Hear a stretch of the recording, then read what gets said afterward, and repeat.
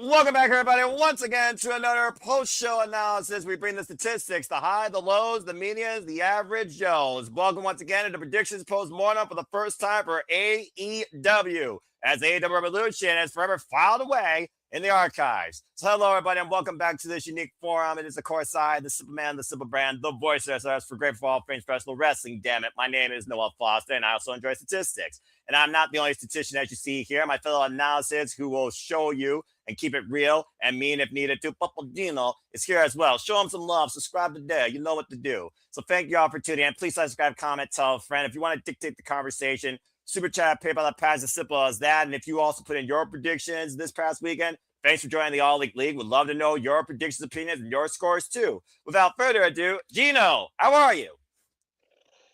No, I'm doing well. Thank you very much. Finally got caught up on some sleep, and usually we try to do this the day after the event, but you had your unfortunate circumstances. The event went into the following day, as it were, anyway, and then we don't do it on Tuesdays because of the No DQ review, which shout out to Absolutely. Aaron and the boys. Yeah. And so here we are. Looking forward to breaking it all down for you guys. Yep. And again, folks, we'll look at each match. We'll figure about what we put into it, the previous history of Revolution, and the combatants, and maybe give our thoughts towards if we would have done something different. And of course, at the end, you will see the leaderboards and where you stand. So I think without further ado, PapaGino, let's get right into it. So again, folks, Let's do it. 10, count them, 10 matches, this phenomenal kickoff to AEW's calendar year of not premium live events, but actual pay-per-views. We've had championships, we've had grudges, we've had re-encounters, we had definitive endings, and we've had a hell of a dynamic card, a long freaking night.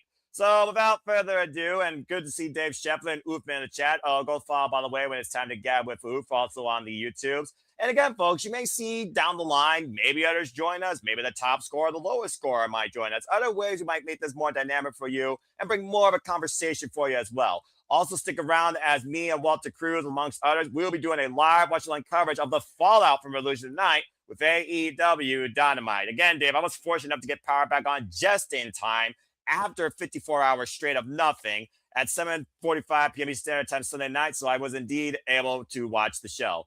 So that being said, Gino, where do you want to begin? We've had championships, we've had grudges, we've had unique singles affairs. So pick a match, pick a timeline, and let's go ahead and dive right into it. So let's go to this one right here, the tag stuff. Right. Most notably because the PapaGino got one of the rare ones correct where most people got it wrong, but we will get to that. So we got the AEW Women's World Tag Team Champions, Babes of Wrath versus Megan Bayne and Lena Cross. And for me, as not a diehard, watching every segment, watching every episode, I thought you could still get more mileage out of the Babes of Wrath. And to me, that was basically the difference in why I picked them over Cross and Bayne. But I'm sure on the Go Home show, there were stuff alluding to Cross and Bayne's win. So, Noah, you did get it correct, as you mostly do. What went into your decision here? First, shout out to everybody in the All Elite League for 2026, including you, as I am the reigning and defending champion. So good luck to everybody.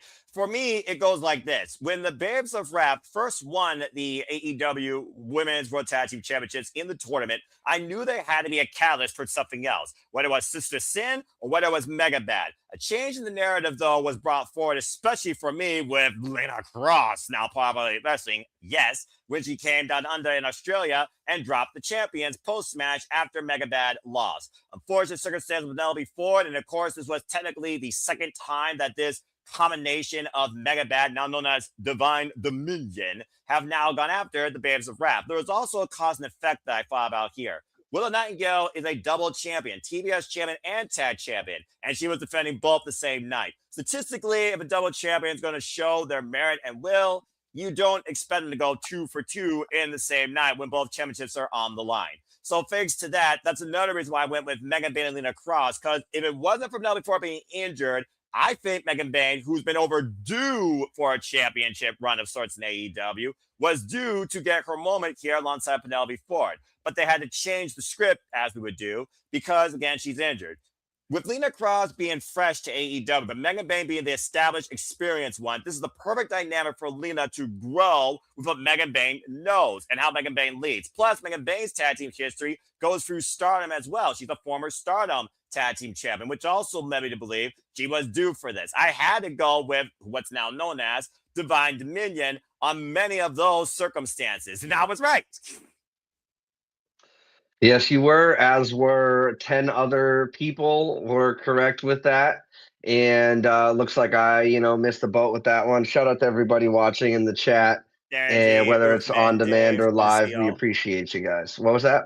I was just giving a shout out to them. I acknowledge Darren G, Uthman, and Dave. Appreciate them and always appreciate those that aren't even noticing their name in there, but might be tuning in for a split second. Again, folks, share, subscribe, share. We do this for all the biggest previews for WWE and AEW. For now, it may expand later. Continue.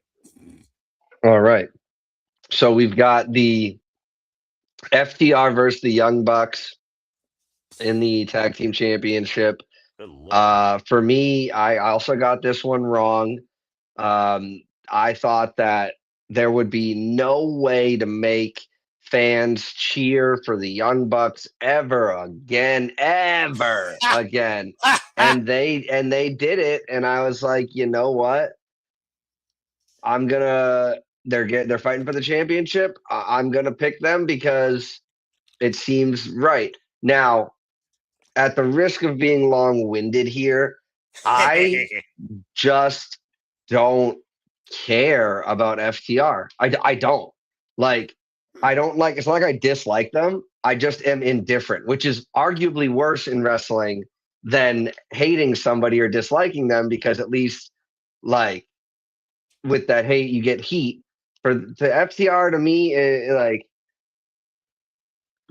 with their name alone, it's all about, oh, we were held back in WWE, blah, blah, blah. I'm like, miss me with that. Like, I couldn't care less. They're boring. Get them off my television. And they're good wrestlers. Oh, okay, they're never going to be singles people, blah, blah, blah, blah, blah. Like, the Young Bucks, I think, are more of what they have. And then we saw at the after the match, why I was wrong. But I will say this. If it wasn't for Cope and Cage, I think the Young Bucks would have gone over here. Noah, you obviously saw it differently than I did. What do you think?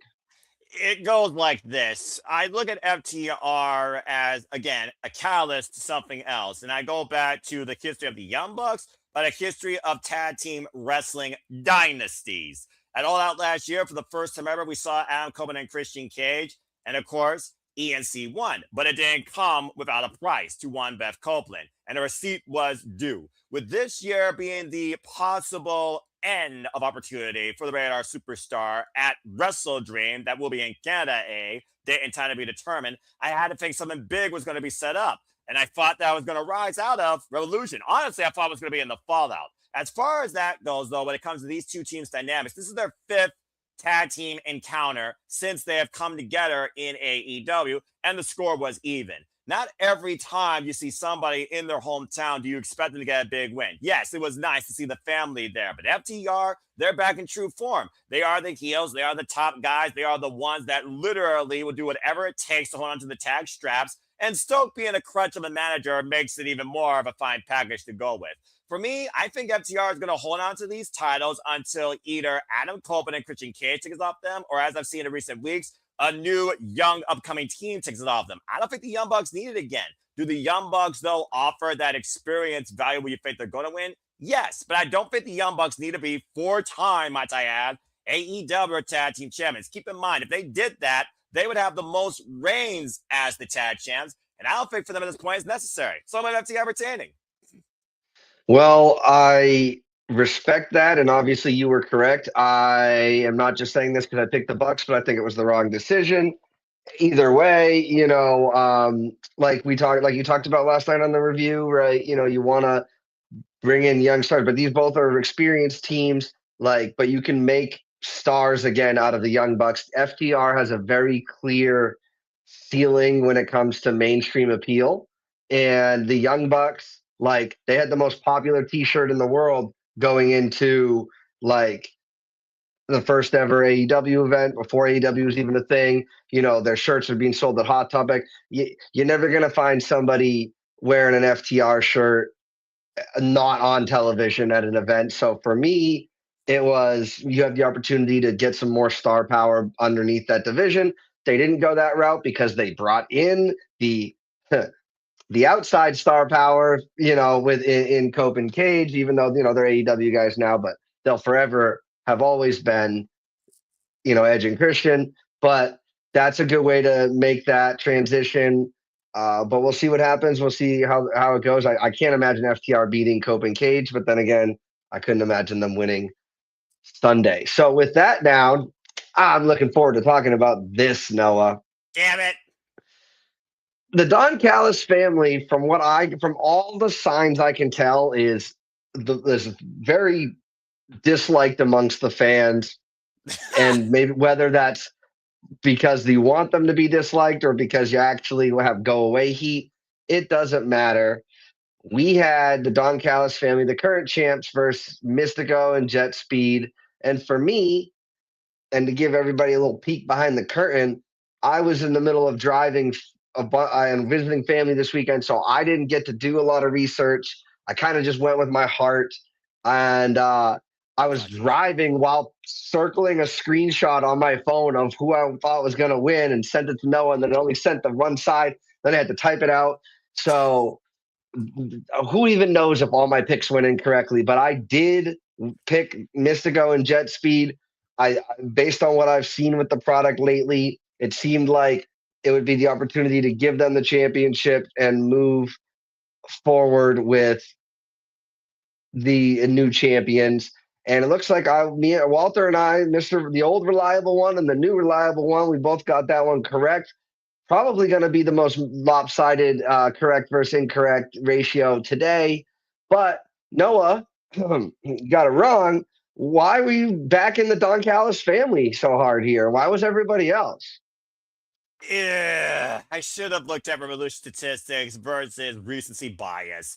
The reason I went with the Don Callis family is because right now the biggest narrative in AEW is Brutal God both being champions and also Aussie Open being such a notorious tag team in the past. They've never been part of a trio as champion, and Kazuchika Okada is a notorious never overweight six-man tag team champion from New Japan Pro Wrestling. So again, and I thought he was leading the team very well here, I thought they were going to have quite a run with these. Straight up. I did not think that Jet Speed were going to go straight back into the trios division without Cayman Adam Page. And I thought Mystico was going to be more of an idea of a showcase versus maybe becoming Kazuchika Okada versus Mystico here down the line. I did not think that these titles were going to be transitioned so quickly. The other thing I didn't consider, though, is that in the history of AEW, we have not had a wrestler outside AEW hold gold from AEW. Not to mention, as I point on my own commentary, Mystico is currently a Trios champion CMLL. So with hindsight not taken into consideration, considering the fact that the Trios championships have changed hands at Revolution, hello Elite versus House of Black, I friggin' fumbled the ball here or let it go out of bounds on the court considering we're in the Lakers building. And I just botched myself. I thought the Don Callis family, especially Okada, at the forefront of this trio, we're going to hold them on for a long duration. I was wrong. I understand the reason why. And actually, I'm quite happy. And now this makes Mystico the first man in my recollection to hold trios gold in two different countries, let alone two different companies. So overall, it's history galore. Congrats, by the way, on being all elite. You know, it definitely seems like they're taking a little bit from WWE where they have people from the different companies. I know AEW did it first, but having one of your guys holding the other title or having somebody in the other company hold the title. And, you know, why pass up the opportunity? Obviously, Mystico knows how to wrestle as a trios. Like, you know, you take that experience into it. I know it's all kayfabe, but and I am really just got lucky on that one. So I'm trying to make it seem like I knew more than I did. Mr. Humble Gino over here. Humble Gino. Well, anyway, good job. And I will also say shout out to the 40 plus overall in the All Elite League in and out of Team No DQ. It was the most lopsided match, literally, when it came to picking the winner versus the ones that got it wrong. The ones that got it wrong. So Well, where are we anyway. going next, Noah? Well, let's go ahead and go into, well, a sandwich has essence, right? Let's go ahead and look at the middle and maybe the mid scores. Let's go ahead and look at these exhibition type match between the Trios Tornado Tag and the Lucha Libre affair that followed this, ironically enough. The most dangerous man to be determined. And of course, I'm just going to call what it is without being innuendo, our timeless climax. Let's go ahead and look at these unique 4 singles matches we've had here. And how fitting, ladies first. So you and I both got that right. For a reason, I imagine. Well, listen. AEW, and again, this is coming from somebody who's not watching the go-home shows. It's not really keeping up with the product too much, other than the ridiculous amount of you guys talk more in the no DQ chat when Dynamite is on than when you guys do the rest of the week of wrestling. There's 9 hours of WWE going on, and you guys. And there's maybe a fraction of the total amount on talk about that. So it's real. So your passion makes me still be invested. But here's the bottom line. Following on 316 day 2 days ago, which was it technically ended on 316. So Timeless Tony Storm has no business losing. Timeless Tony Storm has no business even sullying herself in non-championship matches. Noah gets it. He's in the black and white. And Timeless Tony Storm has it all. The gimmick, the wrestling ability, the ability to go on the mic, the look for what she's going for, the look and aesthetic in general. And it all led to Rowdy Ronda Rousey coming in, which I don't think anybody had on their bingo card. Nope. In fact, I might have even had her as somebody who deserves to be in the WWE Hall of Fame that's not in there yet, and a very small list of people that would include. But now I don't know. But Timeless Tony Storm, she is everything for the women's division in AEW, especially with some of their other women no longer being there or not on television for whatever reason. Timeless Tony Storm is the top of the food chain, and she's got no business losing. So that's why I picked her. I will probably pick her every single time I see her name on the sheet.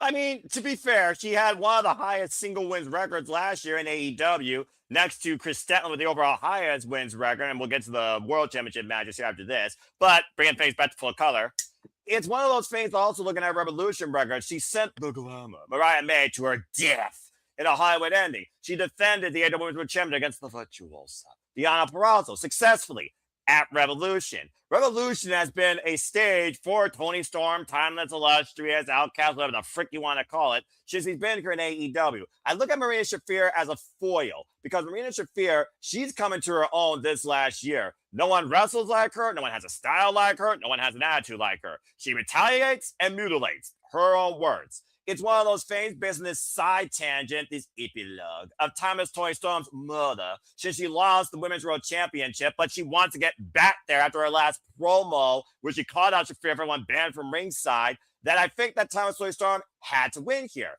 Now, necessarily, I thought they were going to be done with the problem, but until you come up with a solution, you're never done with the problem. And now, of course, we got no holds barred. When it came to pay-per-view, though, I had Timeless Tony Storm winning on the grandest stage. Now, what happens in the cheap sheets or the traditional presentation?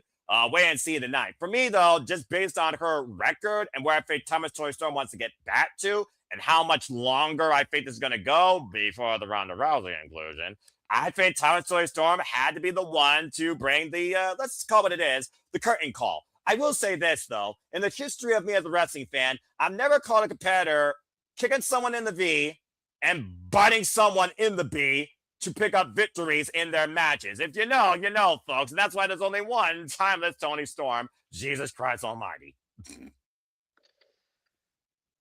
Well said. And an appropriate use of initials and censoring. Unlike last night on the review where you could not be contained and you got your one swear word out for Aaron there. I hear the T word, it triggers me because that should not exist. Just enjoy what you figure to enjoy and let other people enjoy what they enjoy. It doesn't matter what you believe it's right or wrong. We're all in this because we love this business. Anyway, continue.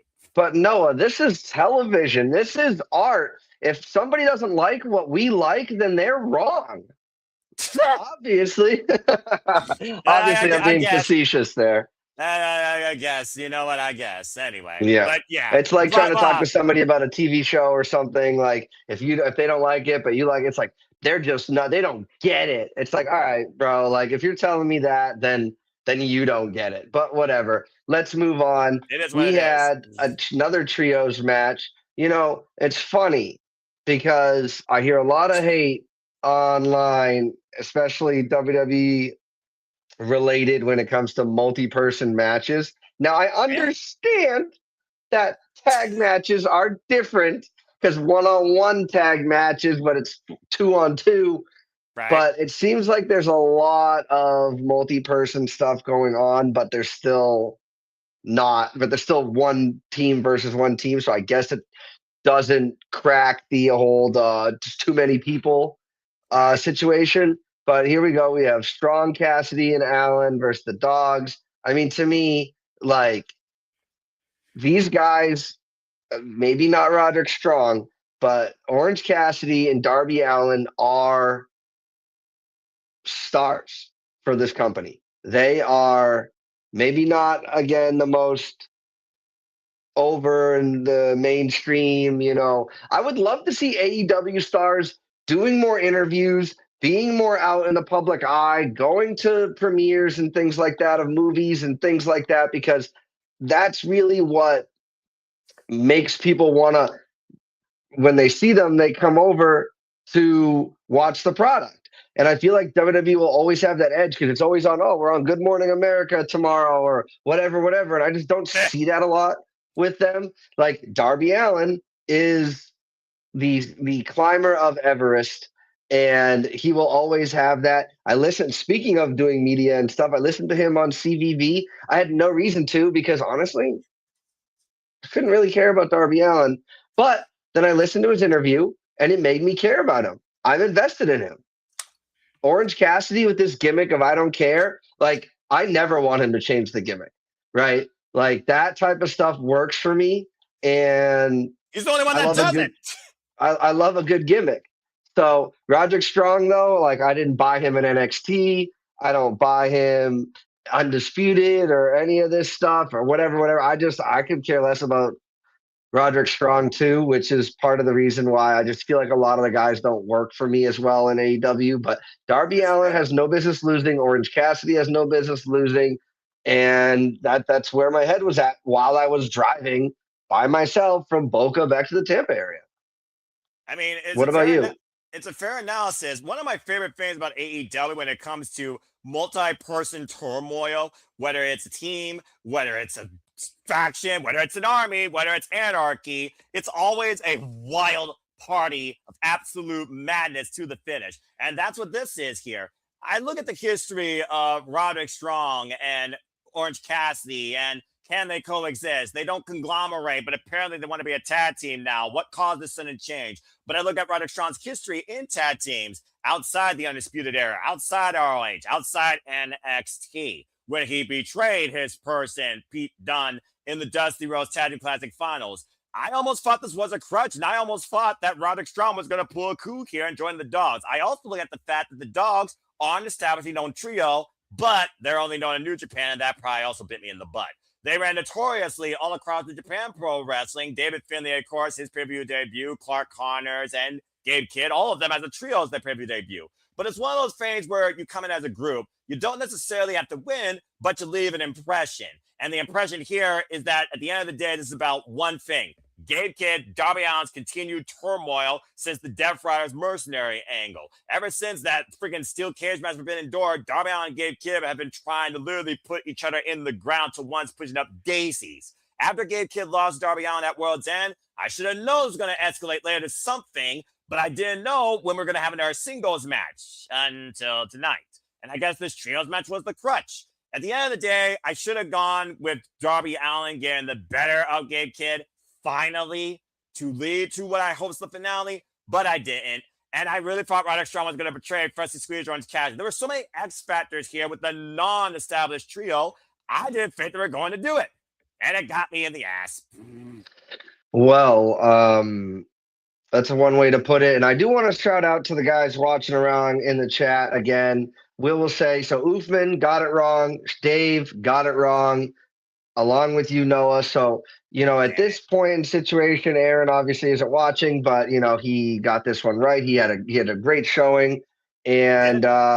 And sometimes it's lonely being right. And Jerry, Stevo, David, and Aaron and I, we were correct and lonely on this one. Now, speaking of lonely, there's Colin Andrew Oh, with this next Colin. match.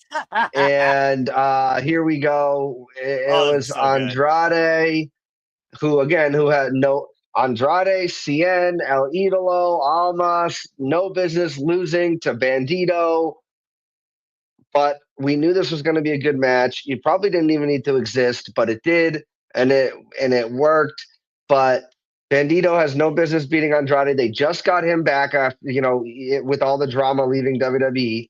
He's flirting with all the OnlyFans models that he brings to the ringside area, even though they post that they don't even understand wrestling. So, like, I don't know how much that helps him outside of the televised product, but on the televised product, it's almost giving me DX vibes where it's like, yeah, we're going to find the baddest looking girls and we're going to go pose with them and whatever, whatever. So Andrade, his stock is on the rise. Nothing against Bandito, but Andrade had no business losing this match. It looks like you were right there with me, Noah. What did you think?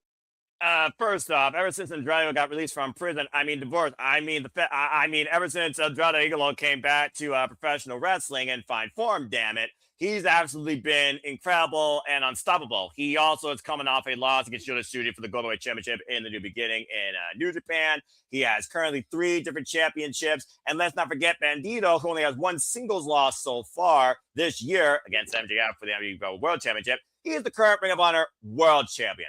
Looking at the idea of the Don Callis family still pursuing all the gold they can as much as possible. And Andrade, not in the AEW World Championship picture, but has that in his sights. But just with the Heyman down under Australia, I figured here he was going to get the win. It also was, again, Andrade and Bandito's first ever singles encounter, first ever match. It was literally, I would say, pupil versus Master, because of course Bandito is the established name from Mexico. Why Bandito had to literally grind his teeth in California because he couldn't get in CMLL. He worked at PWG and he looked up to Andrade Igalo. I went with experience factor and I looked at who's going to move towards a championship picture to challenge for a championship, whether it's Bandito's or whether it's the AEW Championship. It felt in favor to me to go to Andrade. So for me, I felt Andrade needed a marquee win on his first match. I add AEW pay-per-view since returning back to AEW. I had to go with him, and boy, was this win hard-fought and amazing.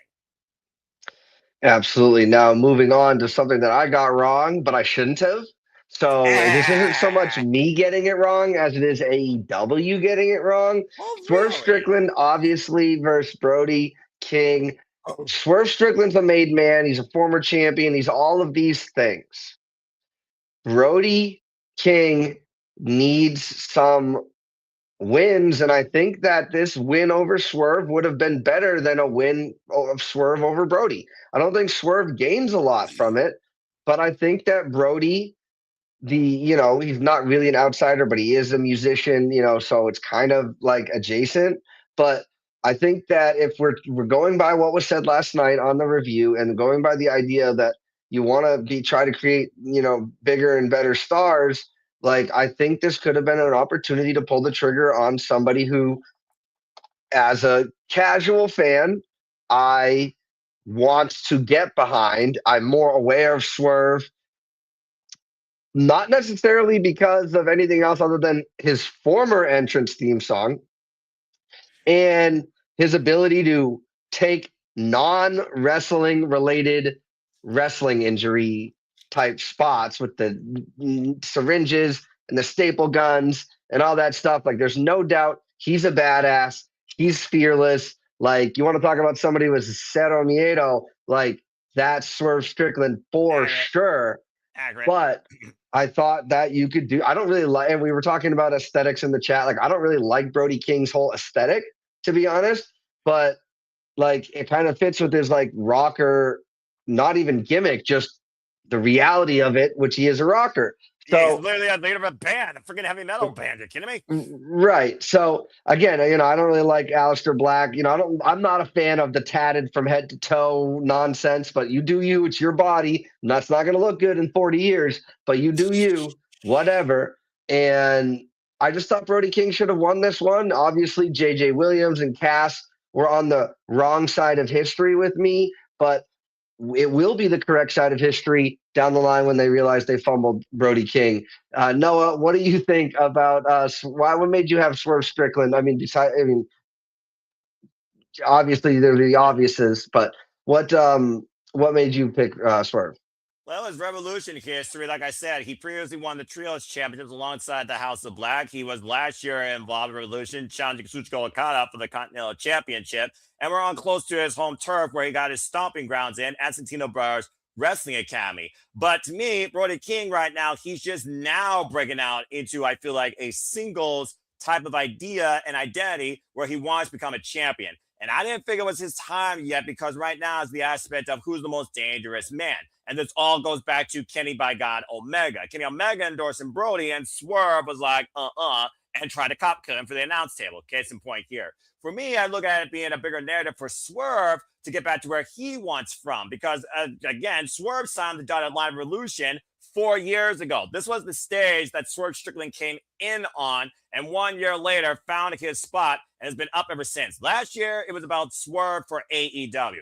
Now it's Swerve reminding AEW exactly who the hell he is and building his dynasty back. If Swerve's going to move in that direction, then Swerve needs to win more than Brody King. Swerve has been on this accolade, this idea of, I needed this, ever since beating Kenny Omega. If that vision in my mind is going to keep up with Swerve Strickland and he's going to try and keep up with this MO and how dangerous he is, then he has to get a win here at Revolution again. Last year, he beat Ricochet as well. Revolution, much like I said about other people, is literally Swerve's house. I had to go with Swerve Strickland here. But again, hard-fought battle, and even in defeat, you're not necessarily ruined. And something tells me, again, with Brody King being such an accomplished performer and asset AEW, it's not the last time we're going to have Brody King and Swerve Strickland in the same sentence. First time ever one-on-one encounter, by the way, as well. No prior in-ring history. But I had to go with Swerve here based on character development, if nothing else.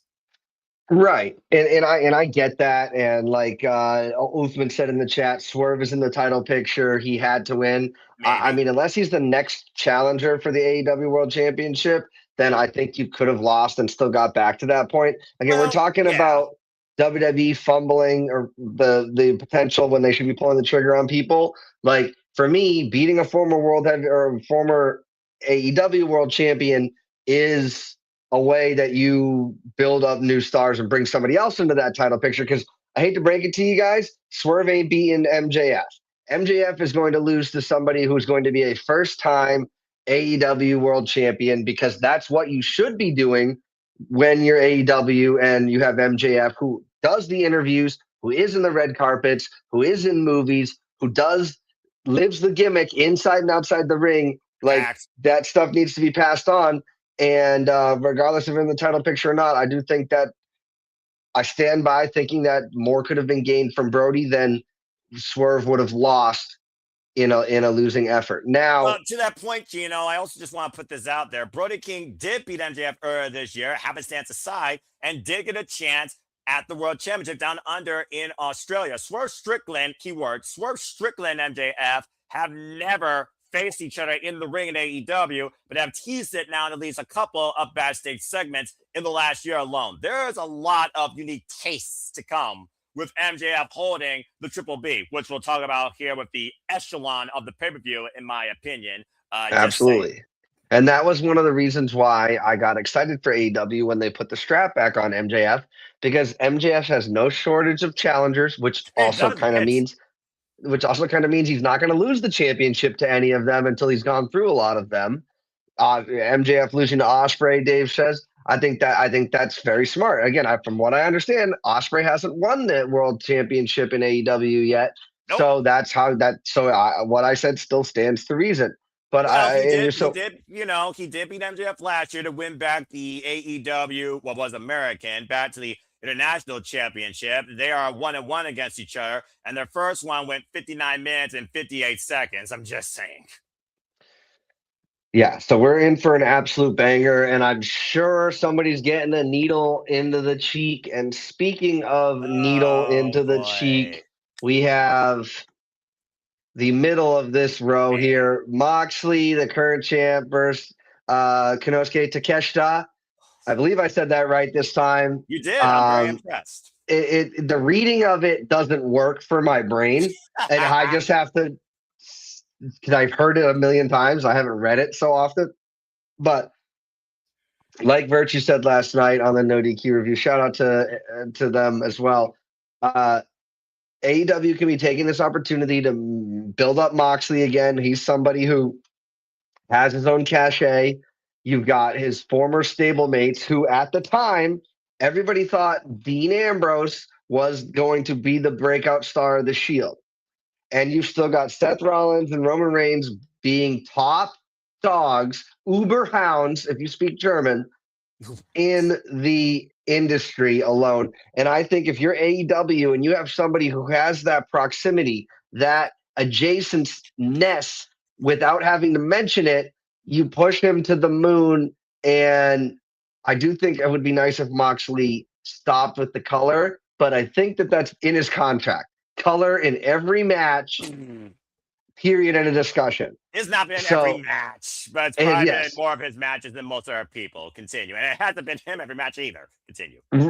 Right. But if Moxley's in a match, I am going to expect somebody is going to get color, potentially even the hard way. And there's been more color in Moxley matches over the last 5 years than there's been in all of the other promotions combined. I would venture to bet that. That might be a fair statistic, but nonetheless, why did you go ahead and go again? You and I, we both actually got it right.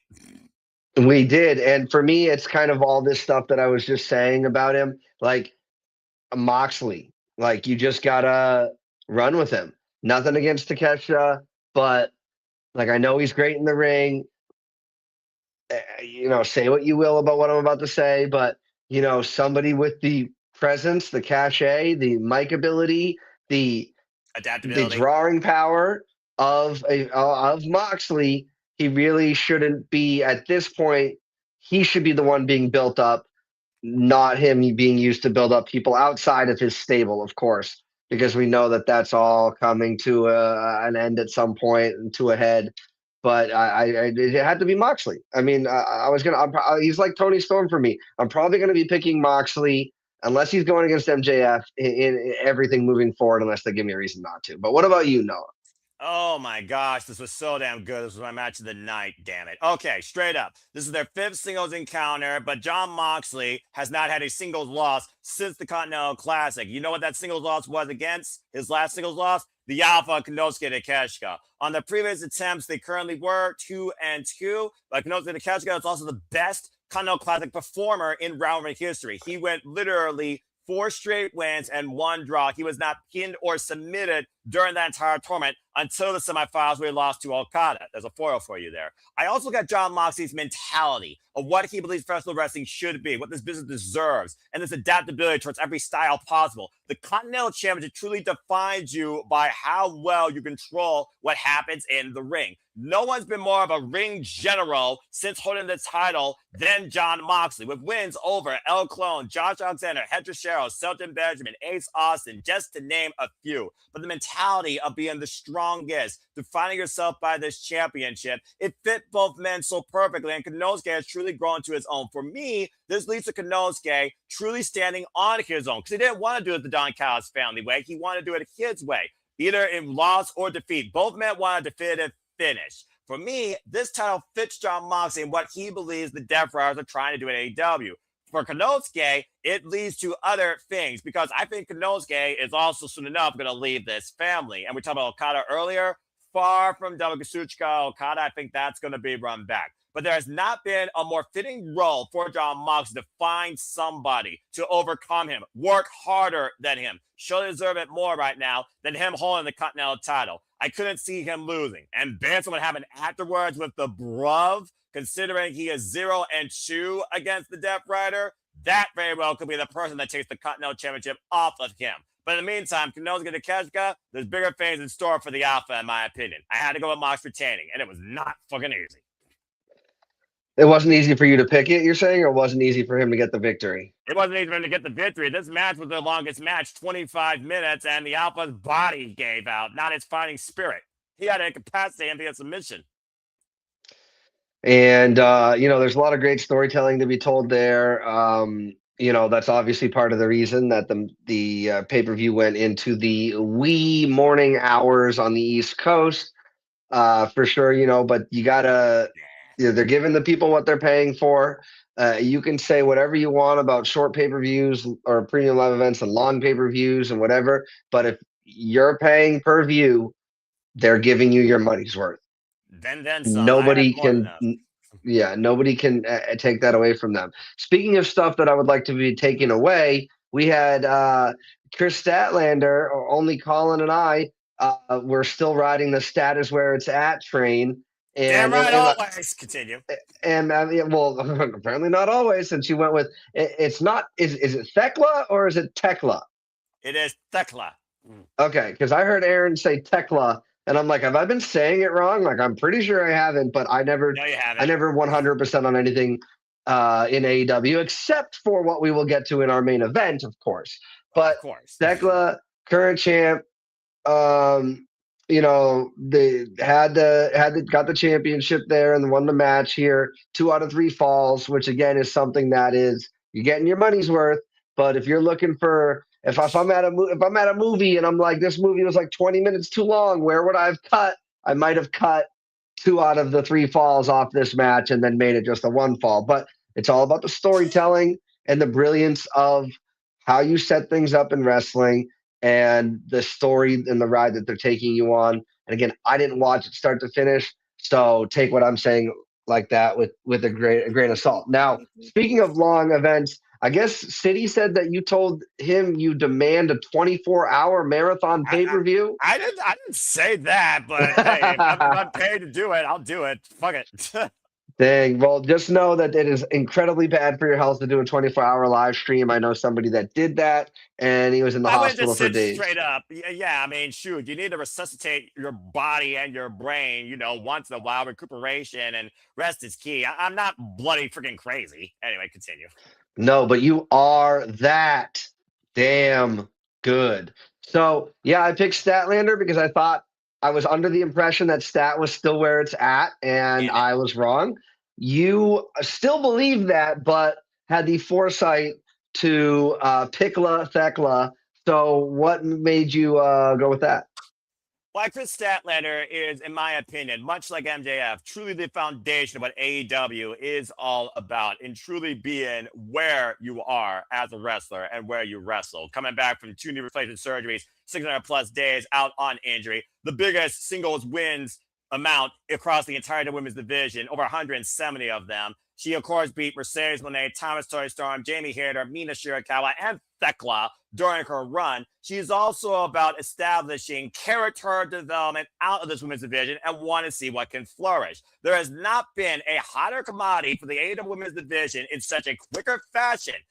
Thekla, when she showed up on AEW Dynamite, excuse me, after Double or Nothing last year and dropped Jamie Hayter like a bad habit and been upwards ever since. With the only established female faction right now in AEW, led by her in the Triangle Madness in AEW Originals, that also have a long-term history with Chris Statlander. Sky Blue and Julia Hart, might I add, TBS champion. How'd she get it? Not pinning Chris. Chris was involved in the match, but pinning Sky Blue. They're all interconnected. For me, Chris Statlander right now and her attitude, it fits a hunter, it fits a Terminator that's not going to stop at nothing so the Triangle Madness is destroyed. And I want to see this hunt continue. For me, I look at the AEW World Championship far more valuable than some other titles and some other companies that are women's world championships, just my opinion. But nonetheless, Thekla has commanded a presence over this championship, and I think that she can really flourish from a longer run. There's a reason you go for the first time ever, by the way, 2 out of 3 falls, the first time ever in AEW, to set something definitively. And for me, it came down to Thekla definitively putting Chris Statlander in the rearview mirror out of the championship picture. But I don't think she's going to be out of her business. I had to go with Thekla here to see how this develops for the AEW Women's World Championship. More importantly, the Triangle of Madness. The Triangle of Madness is going to be a force to be reckoned with. You need something at the top of the hypotenuse to establish it. And that is the experienced Thekla. And again, Chris Statlander, still probably the most viable worker there that can work with anybody. Anyone wants to work with her. Doesn't need the title to still be that. Plus, she is still the Pro Wrestling Eve International Champion, just beating Charlie, the former Dakota Kai, at Wrestle Kingdom 8. She's always busy, and she's always AEW and where it's at. But for now, Thekla, let's see what else this madness brings. And I'm kind of digging it. Well, we know that Noah is a very picky individual, so if he is digging it, then they're obviously doing something right for sure. Now, speaking of doing something right, we have the only, the first, the oldest, the youngest, the prettiest, unanimous decision of the year. You see what I did? A little throwback to Chelsea Green there because, we pledge our allegiance. But MJF versus, and honestly, it didn't matter who he was going to verse. His name was getting thrown down this sheet like a freaking hot potato. But it was against Hangman Adam Page in a Texas death match. Something that, if you're just reading it on paper, well, Hangman Adam Page sounds like a cowboy. He's got the whole thing, Texas death match, kind of his situation. But it's Maxwell, Jacob Friedman. He deserves it. He should not even be getting near fault in the near future. It should be pretty decisive moving from here until we're sniffing Mariah Carey's All I Want for Christmas Is You in 2026. That's a fair point, though. Yes, but I will say this: MJF isn't. Continue. Yeah, shout out to Datilla, everybody in the chat. Thank you so much for watching. Yeah, based on what she's saying, shout out to Max because he is definitely showing that he's not because he could easily be like, I'm not taking bumps on thumbtacks. I'm not doing this. I'm not doing that. Like, he could easily do that and we would believe it and we wouldn't even complain about it. But he's out here showing that he's not only the best in the ring, he's the best on the microphone, but he's also pretty fearless and he's willing to go out there and do these things with these people who have arguably made their name doing things like this. And honestly, and I'm all here for it. MJF proving he's the best in every aspect of professional wrestling, and especially in AEW, is not just coasting. He's not pulling a Roman Reigns where he's winning by interference and cheap tactics and then not giving people rematches and blah, blah, blah, blah, blah, blah, blah, blah, blah. No, he is out here busting his keister for us, for his company, for his coworkers, for his family, maybe not his mom because we know that they have history there, but he's busting his keister for everybody out there. And he is one of the most, if not the most exciting thing to watch in all of wrestling, especially in AEW. And MJF, if anybody didn't pick, in fact, if anybody doesn't pick MJF when MJF wins, I might want to have them on just for when we talk about it, that match, to see what kind of stuff, chemicals they were putting in their body and where I can get some, because MJF should never be losing. Let him go on. Let him be Asuka and Goldberg combined. Let him go undefeated for the rest of time, as far as I'm concerned. I know that's not how it works in professional wrestling. No. Damn it. But that's how I feel about it. Noah, I can wax poetic about MJF all day and night, but we don't want this to be as long as the actual pay-per-view. So why did you pick MJF? First off, let me go ahead and share this little fun little bit with you. There was actually 25% of this poll, 11 people, that did pick Hangman Adam Page to actually regain the AEW Men's World Championship. And you look at the history of these two men that have defined the letters AEW and the company All Elite Wrestling. Going all the way back to WNW 2019 in the Casino Battle Royale, where it came down to MJF and Hangman Adam Page, Heyman eliminated MJF. Much like Heyman said, as we fast forward here to 2026, you and I, we talk about this championship, but there's more than we wanted. We need it. So much of each of these men's career have been shaping against each other. 2019 is when MJF first won the Dynamite Ring against Heyman and Page. 2 times last year. Last year at Revolution, non-title, neither man was holding the championship. Heyman and Page won. At the Forbidden Door, when Heyman and Page was the champion, he beat MJF. This was their second encounter involving the championship, this time with the roles reversed. MJF's Revolution history, though, survived a dog collar match against CM Punk, beat the American Dragon Bryan Danielson during his first run as AEW champion in sudden death overtime. Just saying. And of course, he was involved during the pandemic alongside Chris Jericho when they went after the tag team titles and were part of the show of Sparkers at the end. There were so many callbacks to try and prey upon MJF's cowardice, insecurity, unawareness, considering, channeling his narrator Terry Funk, this was his first ever death match, folks. He's never been involved in anything like this shit in his career. It goes back to that psychology he's talking about, that I am above this, I'm a professional wrestler, damn it. But Heyman and Page didn't want to leave nothing to chance, didn't want to leave nothing in the past to move forward in the future. He wanted, again, a definitive end. He wanted to see who truly needed this more. And at the end of the day, much like Attila said, it took freaking nearly bloody murdering Heyman and Page as they went through exploding table, glass, barbed wire, skewers, insert weapon here not called the kitchen sink, to literally carve these men where they would never be the same again. And the fact that the foil was, I want you to bring that diamond ring, was also Heyman's undoing. A cheap shot over the head that's perfectly legal, and then hanging Heyman as much as he hung Jon Moxley not once but twice. Why Texas Deathmatch has been Heyman's favorite now, record 4-2. The only man, by the way, has been involved in every Texas Deathmatch here in AEW. So much about this, you could look on paper, was 50-50. But again, this run for MJF is about quality, not quantity. You named it yourself. You just deciphered it yourself. You defined it yourself based on MJF's character development, presence, and the dynamic he offers in the direction of the AEW product, where he's pushing forward, showcasing, mentioning young talent. Kevin Knight, Alec Price, Kyle Fletcher, just to name a few, established names that could be revisited, including Will Ospreay, Kenny Omega, Swerve Strickland, that they haven't done yet, with wins already over Bandito and Brody King. Everything about AEW's calendar right now is defined by MJF leading it on in what feels like a full-on reset, where he has said with Denise Salcedo personally, this company has not been better since All In 2023 and has never felt more fresh without cancer.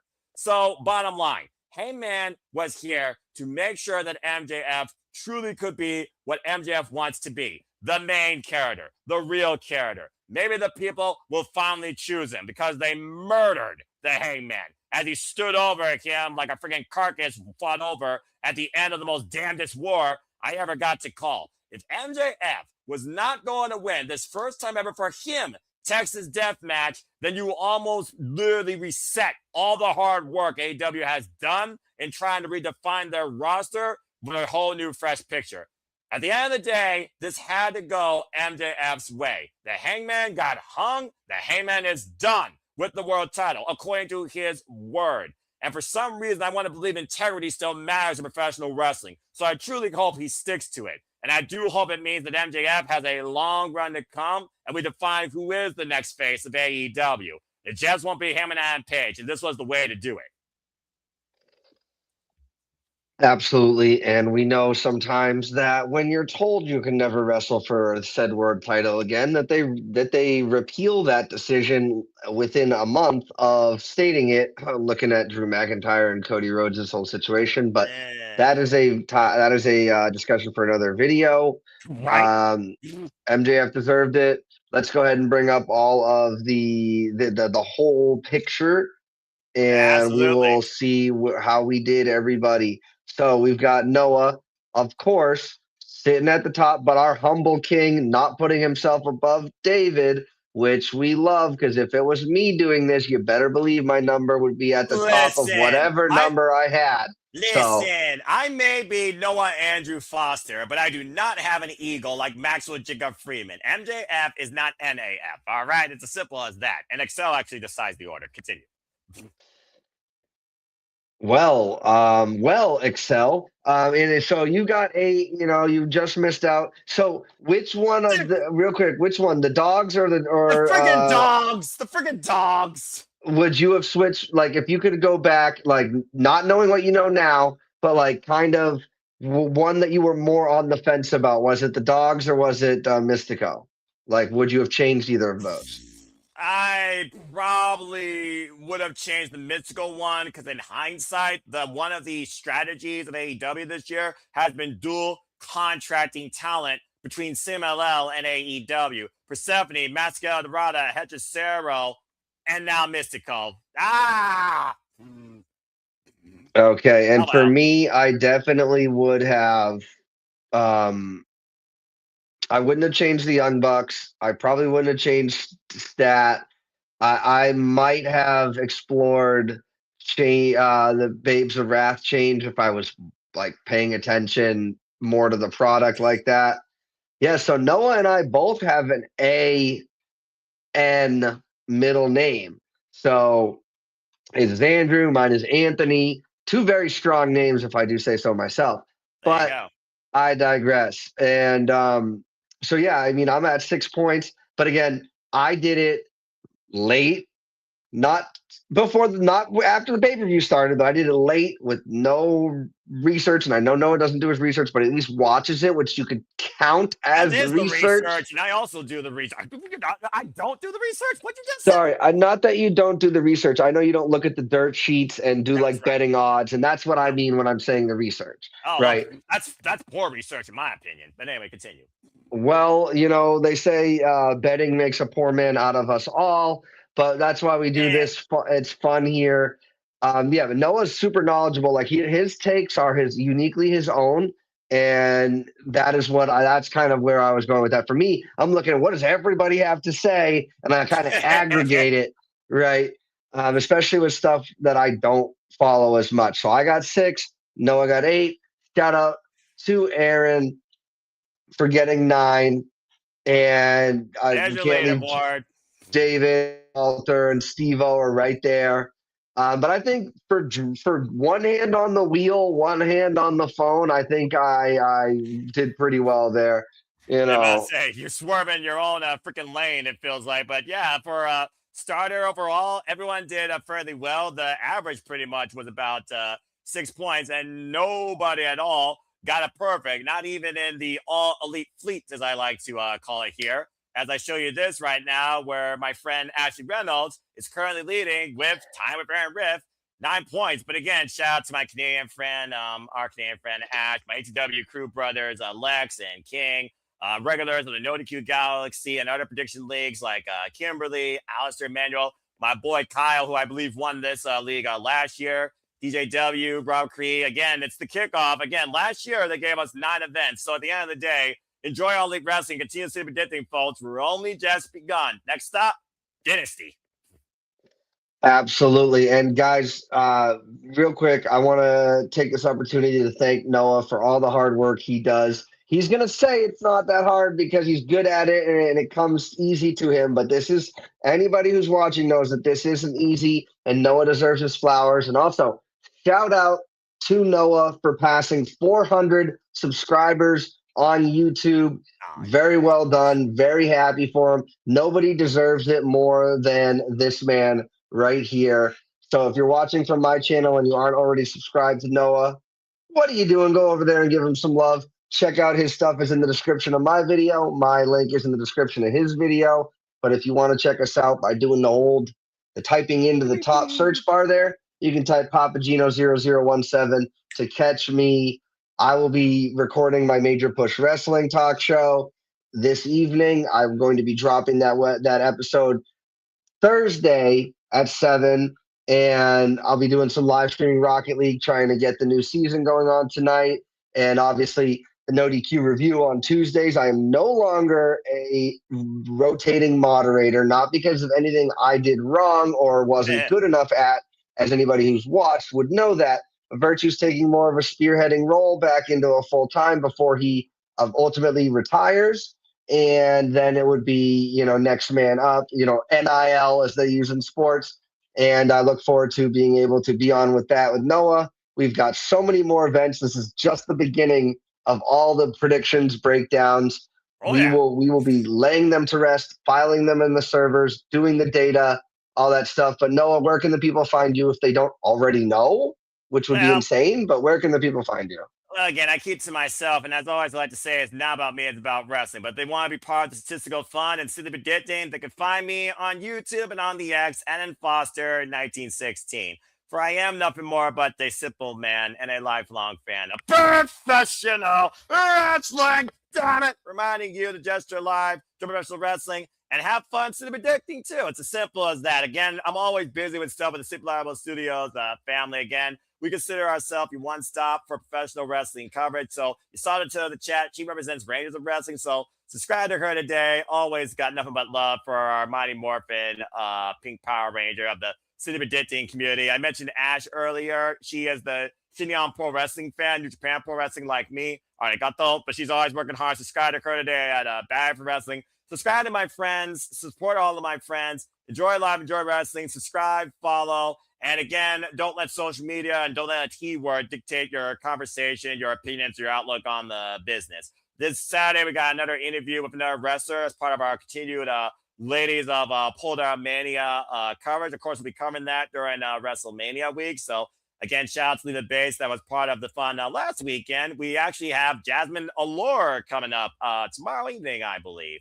And another talent coming up this Saturday. And then, of course, you could stay tuned for Jada to be driven insane in the membrane by all of us when we host, of course, the weekly moderate conversation of wrestling match. That is the Saturday Shenanigans this Saturday, 11 p.m. And, of course, within the hour, me and Walter and who knows who else, we're going to be covering the fallout to AEW Revolution Live tonight with AEW Dynamite. But until next time, as always, you know what I'm all about. Just enjoy live and enjoy wrestling, too, and treasure your families. It's as simple as that.